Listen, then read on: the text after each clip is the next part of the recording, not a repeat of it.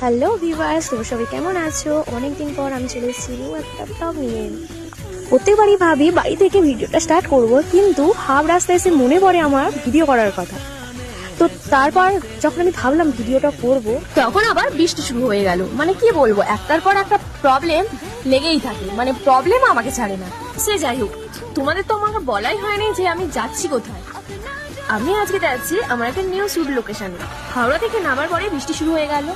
আজকে যা ওয়েদার তোমাদের কি আর বলবো, মানে এত বিচ্ছিরি ওয়েদার ছিল, মানে আমি তো ভাবতেই পারিনি যে আমি শুটটা টাইম মতো কমপ্লিট করে বাড়ি ফিরতে পারবো। বৃষ্টির জন্য তো আমায় অনেকক্ষণ ওয়েট করতে হলো। তারপর দেখিয়ে ফটোগ্রাফার দাদা এসে দাঁড়িয়ে আছে।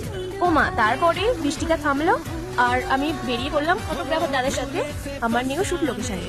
আচ্ছা, তোমরা কি এই জায়গাটা কেউ গেস করতে পারছো? তোমরা কি বলতে পারবে আমার আজকে শুট লোকেশনটা কোথায়? বলতে পারলে না তো চলো আমি বলে দিচ্ছি। আজ আমার শুট লোকেশন হলো সেন্ট্রাল পার্ক। তো তোমরা যারা যারা এই লোকেশনে শুট করেছো বা এসেছো, তোমরা নিশ্চয়ই জানো যে সেন্ট্রাল পার্ক লোকেশনটা কেমন। তো আমার তো এখানে এসে খুব ভালো লেগেছে, মানে আমার তো এখানে এসে যেতেই ইচ্ছা করছিল না, মনে হচ্ছে এখানেই থেকে যায় এই প্রকৃতির সাথে। এত সুন্দর, মানে মানে বলার কোনো ভাষা নেই। এই ওয়েদার, এই গাছগাছালি, পাখির মিষ্টি মধুর কলরব, এই সবটুকু জাস্ট আমার অভূতপূর্ব লেগেছে। তো তোমরাও যদি এখানে শুট করতে চাও বা ফ্রেন্ডের সাথে আড্ডা দিতে হয়, তো অবশ্যই চোখ কান বুঝে সেন্ট্রাল পার্কে চলে আসতেই পারো। তো আজকের ভিডিওটা এখানেই শেষ করলাম। কেমন হয়েছে অবশ্যই আমাকে কমেন্ট করে জানিও। টাটা।